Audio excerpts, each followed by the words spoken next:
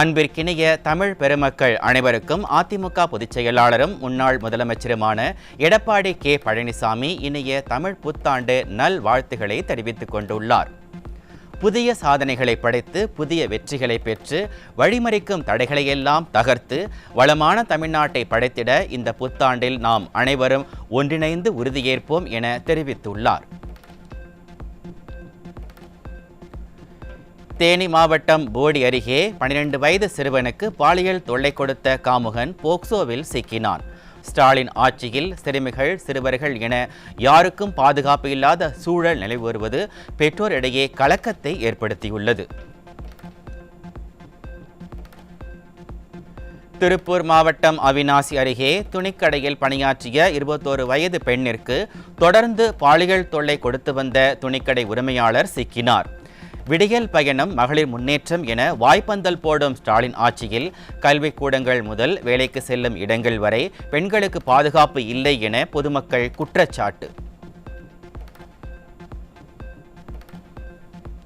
தூத்துக்குடி மாவட்டம் கோவில்பட்டி அருகே கல்லூரி மாணவியிடம் ஆபாசமாக பேசி பாலியல் தொல்லை கொடுத்த மளிகை கடைக்காரர் சிக்கினார்.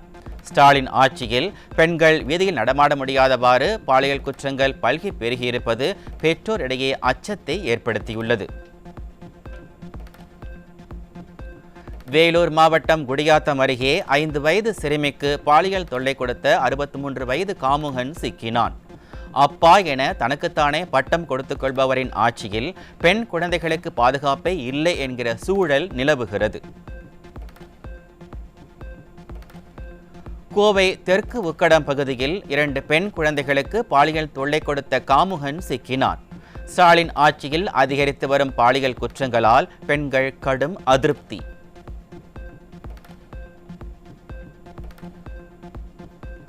திருவண்ணாமலை மாவட்டம் ஆரணி அருகே 8ஆம் வகுப்பு மாணவிக்கு பாலியல் தொல்லை கொடுத்த தீயணைப்பு படை வீரர் சிக்கினார்.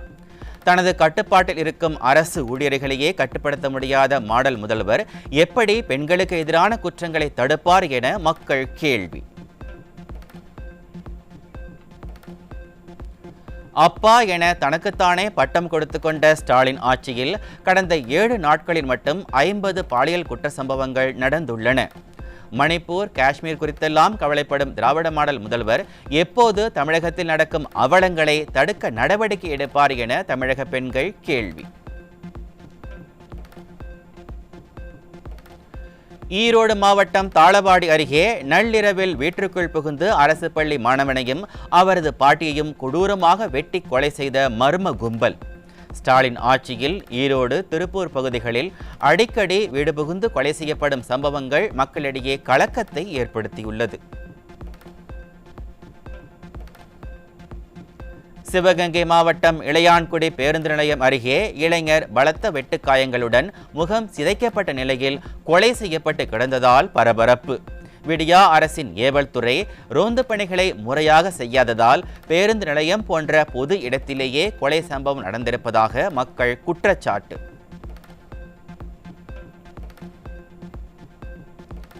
விழுப்புரம் மாவட்டம் முருகன்தாங்கல் கிராமத்தில் மது போதையில் பழங்குடியின பெண்ணை கொலை செய்த கணவர் சிக்கினார். ஸ்டாலின் ஆட்சியில் நாள்தோறும் நடைபெறும் கொலை சம்பவங்களால் மக்கள் அதிருப்தி. சிவகங்கை மாவட்டம் காளையார்கோவில் அருகே இருப்பான்பூச்சி டாஸ்மாக் கடை அருகே 5 பேர் கொண்ட கும்பலால் இளைஞர் ஓட விரட்டி கொலை. ஸ்டாலின் திமுக ஆட்சியில் கொலை சம்பவம் நாளுக்கு நாள் அதிகரித்து வருவதால் சட்டம் ஒழுங்கு சீர்கெட்டு கிடப்பதாக பொதுமக்கள் குற்றச்சாட்டு. ஈரோடு மாவட்டம் தாளவாடி அருகே வீட்டில் உறங்கிக் கொண்டிருந்த பாட்டியும் பேரனும் மர்மமான முறையில் கழுத்து அறுக்கப்பட்ட நிலையில் கொலை. திராவிட மாடல் ஆட்சியில் மர்ம மரணங்கள் தொடர்ந்து அதிகரித்து வருவதால் அச்சத்துடனேயே வாழும் அவலம். சென்னை புரட்சி தலைவர் டாக்டர் எம்.ஜி. ராமச்சந்திரன் மத்திய ரயில் நிலையத்தில் 15 கிலோ கஞ்சா பொட்டலங்கள் சிக்கின. ஸ்டாலின் ஆட்சியில் தினந்தோறும் சந்தைக்கு காய்கறிகள் வருவதைப் போல தலைநகர் சென்னைக்கு கஞ்சா பொட்டலங்கள் ரயிலில் வந்து இறங்குவதாக மக்கள் விமர்சனம். சென்னை வானகரத்தில் 15 கிலோ குட்கா பொருட்கள் பறிமுதல். திமுக ஆட்சியில் காவல்துறையால் போதைப் பொருட்களை கட்டுப்படுத்த முடியாமல் திணறி வருவதாக மக்கள் குற்றச்சாட்டு. திருச்சி கே நகர் அருகே இளைஞர்களின் வாழ்வை சீரழிக்கும் விதமாக போதை மாத்திரை விற்பனையில் ஈடுபட்ட 7 பேர் சிக்கினர். சட்டம் ஒழுங்கை காக்க வேண்டிய திராவிட மாடல் முதல்வர் போதையின் பாதையில் செல்ல வேண்டாம் என வெற்று விளம்பரங்களை வெளியிட்டு கபட நாடகம் ஆடுவதால் சீரழிந்து வரும் தமிழ் சமூகம். திருப்பத்தூர் மாவட்டம் ஜோலார்பேட்டை ரயில் நிலையத்தில் ரயிலில் கடத்தி வரப்பட்ட 23 கிலோ கஞ்சா பறிமுதல். திராவிட மாடல் ஆட்சியில் ரயில் மூலம் போதைப் பொருட்கள் கடத்தல் சம்பவங்கள் தொடர்கதையாகி வரும் நிலையில் ஸ்டாலின் என்ன செய்ய போகிறார் என மக்கள் கேள்வி. சென்னை ஐஸ் ஹவுஸ் பகுதியில் இளைஞர்களின் வாழ்வை சீரழிக்கும் மெத்தபெட்டமைன் சிக்கியது. ஸ்டாலின் ஆட்சியில் தமிழகம் போதைப்பொருள் வியாபாரிகளின் கேந்திரமாக மாறியிருப்பதாக மக்கள் வேதனை. இந்தியா மார்ட் நிறுவனம் மூலம் போதை மாத்திரைகள் விற்பனை செய்யப்படுவதாக எழுந்த புகாரின் பேரில் இந்தியா மார்ட் இயக்குநர்கள் மீது வழக்கு பதிவு. இத்தனை நாட்களாக போதைப்பொருள் விற்பனையை கண்டுபிடிக்காமல் திராவிட மாடலின் உளவுத்துறை என்ன உறங்கிக் கொண்டிருந்ததா என மக்கள் கேள்வி. பத்திரிகையாளர் சவுக்கு சங்கர் வீட்டில் அமைச்சர் சேகர்பாபு தூண்டுதலின் பேரிலேயே மலம் வீசப்பட்டதாக கூறும் திமுக நிர்வாகி ரவுடி தன்ராஜ் மற்றும் அமைச்சர் சேகர்பாபுவுக்கு இடையிலான உரையாடல் வெளியாகி பரபரப்பு. திராவிட மாடல் ஆட்சியின் உண்மையை வெளிக்காட்டும் சாட்சியாக இந்த ஆடியோ உள்ள நிலையில் திராவிட மாடல் ஸ்டாலின் இதற்கு என்ன பதில் சொல்ல போகிறார் என மக்கள் கேள்வி.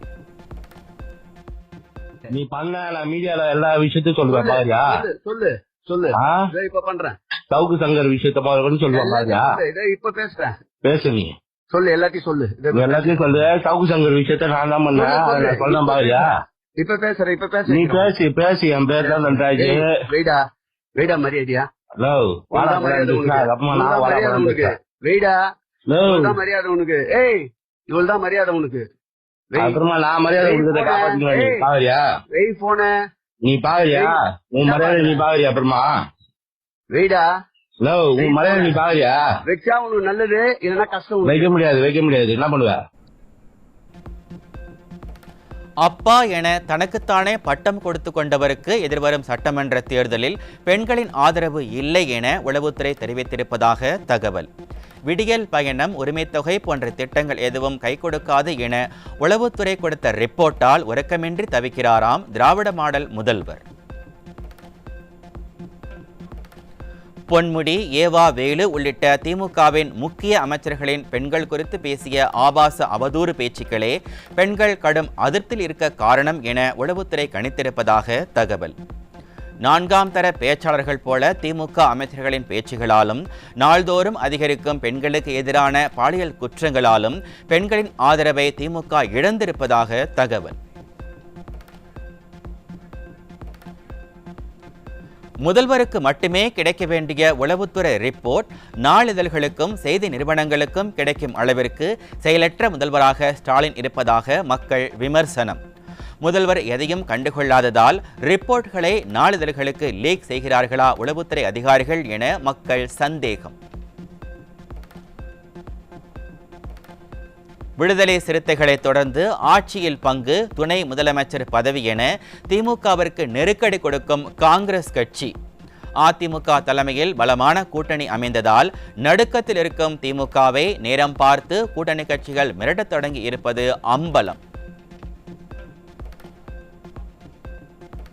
ஸ்டாலினுக்கு தைரியம் இருந்தால் இந்து தர்மத்தை கேவலமாக பேசிய திமுக அமைச்சர் பொன்முடியை கைது செய்து அமைச்சர் பதவியிலிருந்து நீக்க வேண்டும். தமிழக கோவில்களில் கொள்ளையடிக்கக்கூடிய துறை இருக்கும் என்றால் அது இந்து சமய அறநிலையத்துறை தான் என மன்னார்குடி தலைமை ஜீயர் பேட்டி. ஒரு அமைச்சர் பொன்முடி, அவன் இன்னைக்கு அமைச்சர் பதவியிலே இருக்கான். ஒரு இந்து தர்மத்தை கேவலமா பேசக்கூடிய ஒரு அமைச்சர் இன்னைக்கு நம்மளுடைய அரசாங்கத்துல இருக்கு.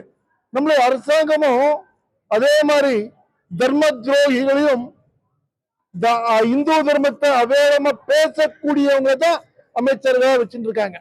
திராவிடம் உள்ள அரசாங்கமா இருந்தால், அவங்களுக்கு தைரியம் இருந்தா, அரசாங்க தைரியம் இருந்தா பொன்மொழியை கைது பண்ணி அவர் அமைச்சர் பதவியிலிருந்து வேட்டணும். சென்னை மக்களுக்கு சீரான மற்றும் சுகாதாரமான குடிநீர் விநியோகம் கிடைக்காத பரிதாபமான நிலையில் தண்ணீருக்கே மீட்டர் நிறுவி திராவிட மாடல் அரசு வரி வசூல் ஈடுபடுவதாக தகவல். திராவிட மாடல் ஆட்சியில் மக்கள் தண்ணீர் கேட்டு புலம்பும் இந்த சூழலில் இந்த மீட்டர் வழி கட்டணம் உண்மையில் நியாயமா ஸ்டாலின் என மக்கள் கேள்வி. சென்னையில் சைபர் குற்ற பிரிவிற்கென தனியாக கட்டிடம் அமைக்க 20 கோடி ரூபாய் நிதி ஒதுக்கி 3 ஆண்டுகள் ஆன நிலையில் எந்த பணியும் நடைபெறவில்லை என குற்றச்சாட்டு. முதல்வர் அவர் துறை சார்ந்து அறிவித்த அறிவிப்பே இப்படி வெற்று அறிவிப்பாக இருக்கும் நிலையில் மற்ற துறைகளின் நிலை எப்படி இருக்கும் என மக்கள் கேள்வி. மதுரையில் உடற்பயிற்சி செய்யும் பெண்ணை திருட்டுத்தனமாக வீடியோ எடுத்த இளைஞர் சிக்கினார். திமுக ஆட்சியில் பெண்களுக்கு எதிரான குற்ற சம்பவங்கள் தொடர்ந்து அதிகரித்து வருவதால் மக்கள் வேதனை. பணி நிரந்தரம், ஊதிய உயர்வு உள்ளிட்ட கோரிக்கைகளை முன்வைத்து போராடி வரும் கௌரவ விரிவுரையாளர்கள் கருணை கொலை செய்துவிடுங்கள் என முதல்வருக்கு கடிதம் எழுதி வருவதாக தகவல். குறைந்த ஊதியத்தில் பணியாற்றும் தங்களுக்கு தேர்தல் நேரத்தில் வாக்குறுதி கொடுப்பதாகவும் ஆட்சி அமைந்ததும் ஏமாற்றி வருவதாகவும் திராவிட மாடல் அரசு மீது விரிவுரையாளர்கள் குற்றச்சாட்டு. கோவையில் பொதுத் தேர்வில் 100% தேர்ச்சி என விளம்பரப்படுத்திக் கொள்வதற்காக சில பள்ளிகளில் மாணவர்களுக்கு போலியாக மருத்துவ சான்றிதழ் தயாரித்து ஸ்கிரைப் முறையில் தேர்வு எழுதியிருப்பதாக தகவல். இதுவரை முன் எப்போதும் இல்லாத வகையில் இந்த ஆண்டு 1235 ஸ்கிரைபுகள் மூலம் 9253 மாணவர்கள் தேர்வு எழுதி இருப்பதாக தகவல் வரும் நிலையில் தமிழகம் முழுவதும் எவ்வளவு பெரிய மோசடி அரங்கேறி இருக்குமோ என மக்கள் சந்தேகம்.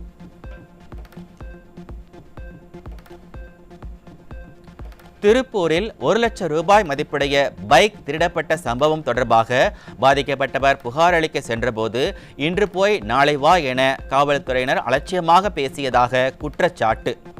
பைக் திருடப்பட்ட சிசிடிவி காட்சிகள் வெளியான நிலையில் ஸ்டாலின் அரசின் காவல்துறை தாமதமாகவே புகார் பெற்றதாக பாதிக்கப்பட்டவர் வேதனை. கிருஷ்ணகிரியில் 100க்கும் மேற்பட்டோரிடம் அரசு வேலை வாங்கித் தருவதாக பண மோசடியில் ஈடுபட்ட அரசு ஊழியர் உட்பட 2 பேரை பாதிக்கப்பட்டவர்கள் முற்றுகையிட்டு போராட்டம் நடத்தியதால் பரபரப்பு. ஸ்டாலின் அரசின் ஏவல் துறை மோசடி ஆசாமிகளுக்கு ஆதரவாக செயல்படுவதாக பாதிக்கப்பட்டவர்கள் வேதனை.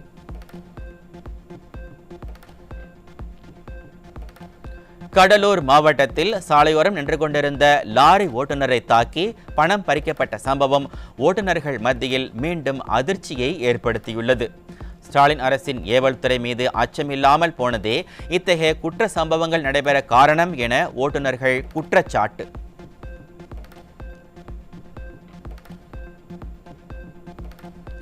திருப்பூரில் நாய் கடித்ததில் சிகிச்சை பெற்று வந்த 3 வயது ஆண் குழந்தை சிகிச்சை பலனின்றி உயிரிழப்பு. ஸ்டாலின் ஆட்சியில் மாவட்ட நிர்வாகம் திருநாய்களை கட்டுப்படுத்தாமல் மக்களின் உயிரோடு விளையாடுவதாக மக்கள் குற்றச்சாட்டு. புதுக்கோட்டை மாவட்டம் கரம்பக்குடி அருகே மீனம்பட்டியில் நடைபெற்ற ஜல்லிக்கட்டு போட்டி. மாடு முட்டியதில் 23 வயது மாடுபிடி வீரர் சிகிச்சை பலனின்றி உயிரிழப்பு.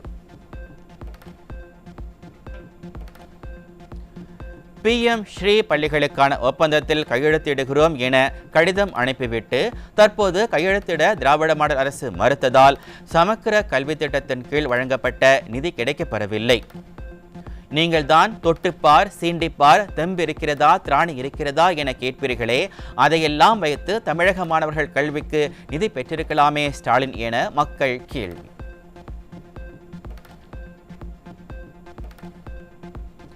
ராணிப்பேட்டை மாவட்டம் ஆற்காடு அருகே கார் வாட்டர் வாஷ் செய்யும் கடைக்குள் புகுந்து ஊழியர்களை தாக்கிய திமுக கவுன்சிலர். உள்ளாட்சியில் நல்லாட்சி என நாவினிக்க பேசிய ஸ்டாலின் தேர்தலுக்கு பிறகு திமுகவினர் செய்யும் ரவுடித்தனத்தை கண்டுகொள்ளாமல் இருப்பதாக மக்கள் ஆதங்கம்.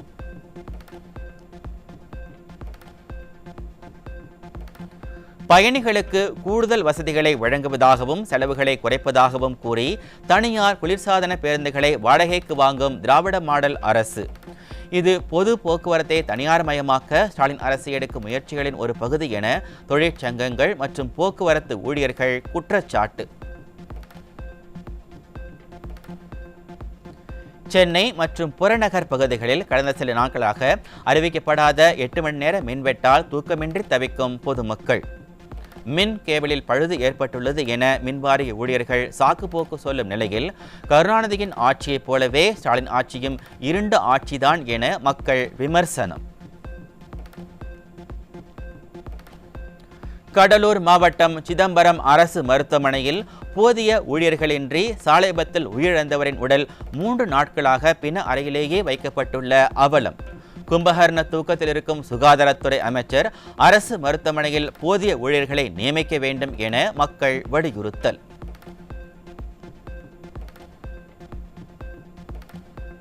தஞ்சாவூர் மாவட்டம் கும்பகோணத்தில் போக்குவரத்து துறை அமைச்சருக்கு பாதுகாப்புக்காக வந்திருந்த காவல்துறை வாகனத்தில் குளிர்சாதன கட்டுப்பாட்டு கருவி வெடித்ததால் பரபரப்பு.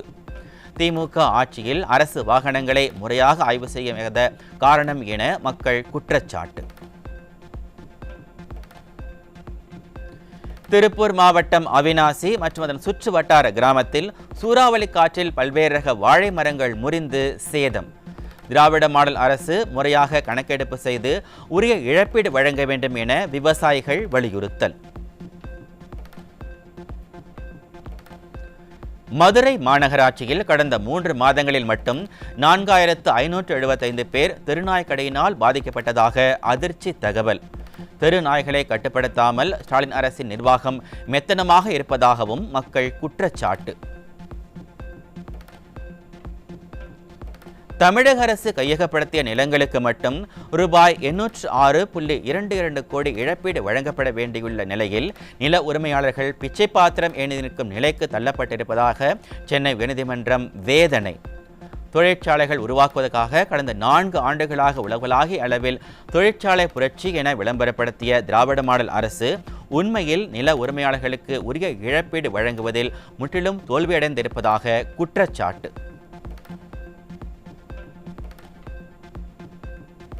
தஞ்சாவூர் மாவட்டம் பட்டுக்கோட்டை அருள்மிகு நாடியம்மன் திருக்கோவிலில் வெகு விமர்சையாக நடைபெற்ற பங்குனி பெருந்திருவிழா. முத்து பல்லக்கில் மீனாட்சி அம்மன் அலங்காரத்தில் எழுந்தருளிய நாடியம்மனை திரளான பக்தர்கள் தரிசனம்.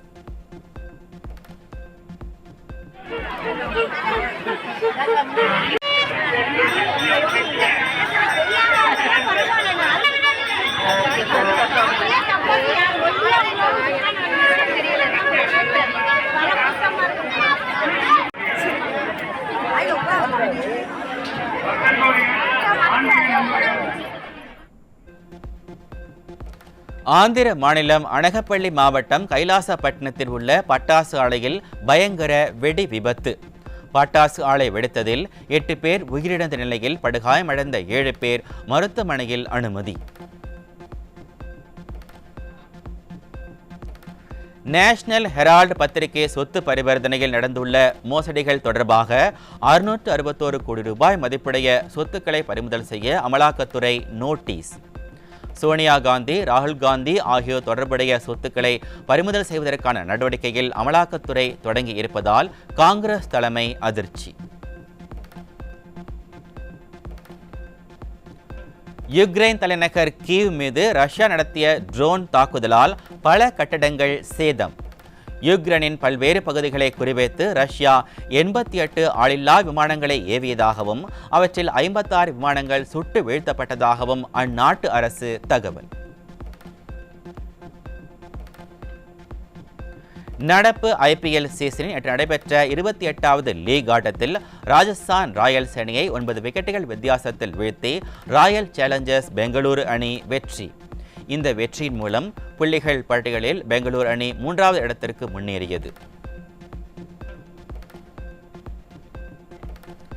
IPL தொடரில் நேற்று நடைபெற்ற 29வது லீக் ஆட்டத்தில் டெல்லி கேபிட்டல்ஸ் அணியை 12 ரன்கள் வித்தியாசத்தில் வீழ்த்தி மும்பை இந்தியன்ஸ் அணி வெற்றி. தோல்வியால் புள்ளிகள் பட்டியலில் 2ஆம் இடத்திற்கு தள்ளப்பட்டது டெல்லி.